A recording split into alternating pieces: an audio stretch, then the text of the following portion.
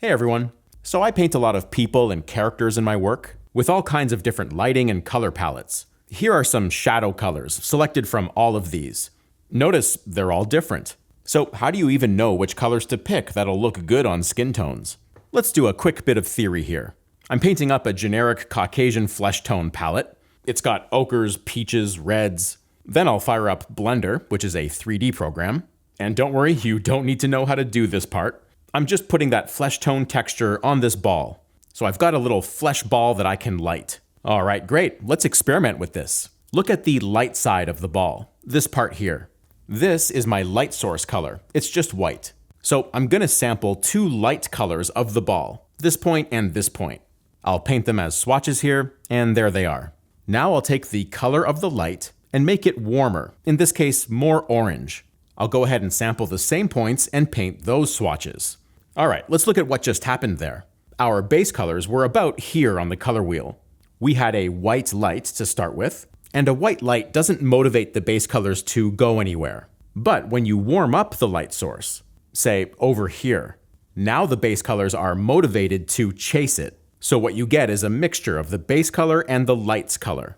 What I'm about to do now in our little experiment is make the light cooler, bring it into the blues. And what we're going to see is our colors chase that, ultimately getting grayer as they do. So here in Blender, I'll make the light blue, and sure enough, we get our updated grayer light colors. Now, how do you know how far each color will chase the light source color?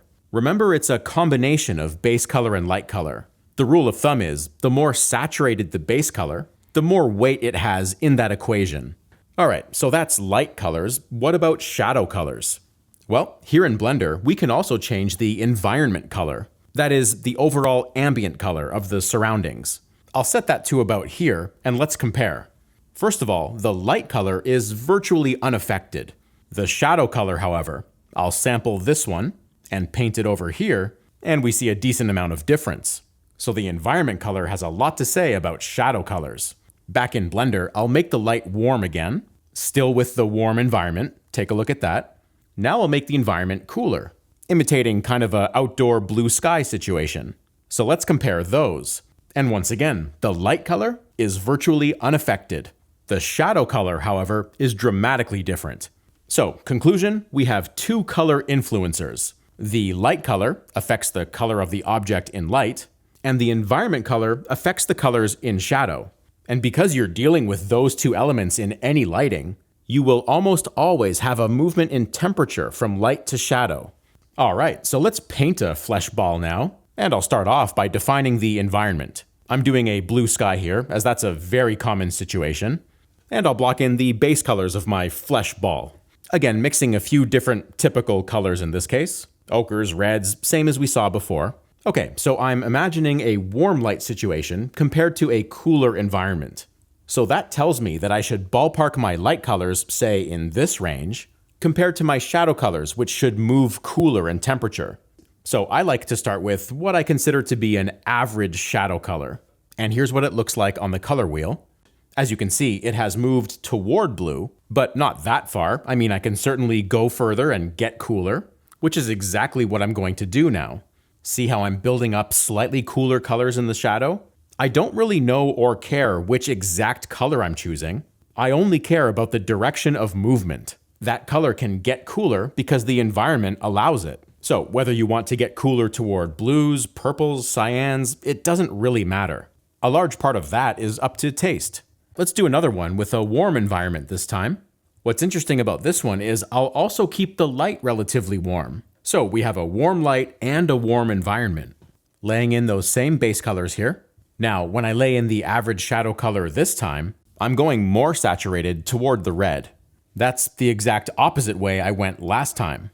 The environment is often an ambient light source. And just like we saw earlier with the light source on a color wheel, your base colors will move toward that color. Ambient light, however, is kind of a weak light source. It can't overpower the direct light source, which is why we only perceive the effects of ambient light in shadow.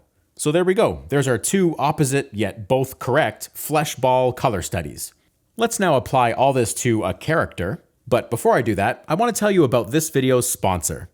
This video is sponsored by Paper-Like Screen Protector for iPad. Like many artists, I bought my iPad as a portable art workstation, and the Paper-Like Screen Protector enhances the tool.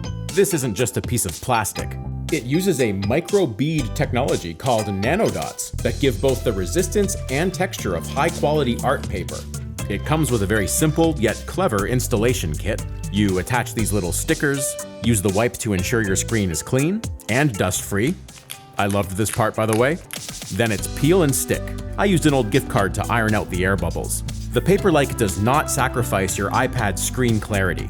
The material is 0.12 millimeters thick. It feels like a real sheet of paper. It works perfectly with the Apple Pencil and doesn't reduce its sensitivity either. The Paper-Like is a fantastic tool for all types of creative professions. You can grab yours from their online shop. The Paper-Like will give your iPad a feel you'll love. Alright, so I've prepared a little character sketch to work from here. And this right here is that patch of flesh tone I painted earlier. I'm just going to copy and paste it right in there as a starting point. So let's talk flesh tone colors. This will be just like the first flesh ball we painted. Just like in that example, I'm starting with my base colors. At this stage, we cannot judge whether those flesh tones are warm or cool just yet. We need the shadows in place to make that comparison. So here come the shadows now. Just an average color to start.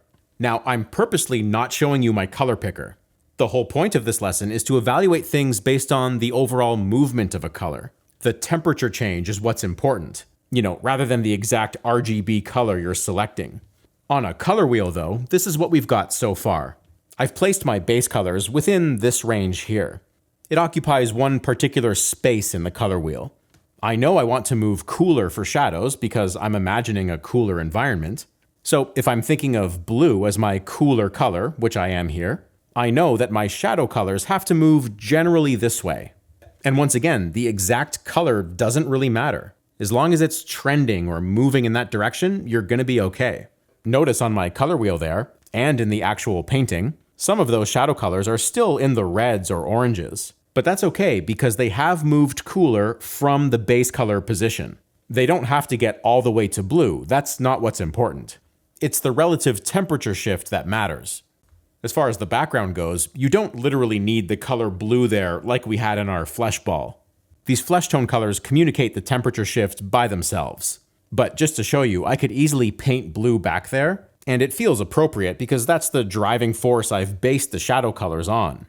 So as far as this lesson goes, this sketch may as well be finished. The flesh tone colors are successfully established. I never had to take a backward step. I feel like there's a decent range in both the warm and cool sides. Not that that's a requirement, but it's something I like. So using this lesson, you can solve your color problems early. From here, it's just a matter of finishing the art to taste, which could take hours or it could take minutes. I'll err on the minutes side. Here's my finished little painting example. And let's try another one. This time I will start with a background. Again, just like our flesh ball study, I'll start with a warm background. And on this one, I'll go for that cooler light, warmer environment. But we cannot tell that anything is warmer or cooler yet. We need the shadows for that. So here we go.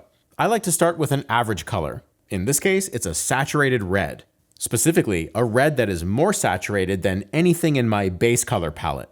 Because red is a hue within the warm family, reds, yellows, oranges, those are generically warm hues, right? Going more saturated with that red will ensure it's warmer than the base colors. But a key thing here, saturation doesn't equal warmth necessarily. For example, if I went more saturated this way from my base color, I would be getting a lot cooler. But because I'm getting more saturated this way, toward the already warm hues, in this case, saturation equals warmth. Notice I haven't been all that exploratory in the shadow colors here. It's mostly just one color holding down the fort, and that's totally fine. Now watch this color shift here, it's a big one. I want to exaggerate the warm versus cool of the light versus shadow. So I'm doing an overall color adjustment right now to make the lights cooler. So here's my before and after. Notice I did not do that on the flesh ball study. I'm pushing the difference here. Bringing up the color wheel, what I just did was this. Broadened the gap between warms and cools. I did this to make the movement of color a bit more obvious. Nothing wrong with subtlety, of course, but let's go the other way and be more bold. I think this demonstrates the point of the lesson more clearly anyway. And just as a last touch here, I'll put a tiny bit more color in that shadow, a bit more of an orangey yellow, which is kind of a next door neighbor to the red, so it's easy to sneak that in. And I think that'll do it. I hope this helps you in your flesh tone explorations. Thanks to my patrons for their generous support. If you like this stuff, subscribe to the channel, and I'll see you in the next video.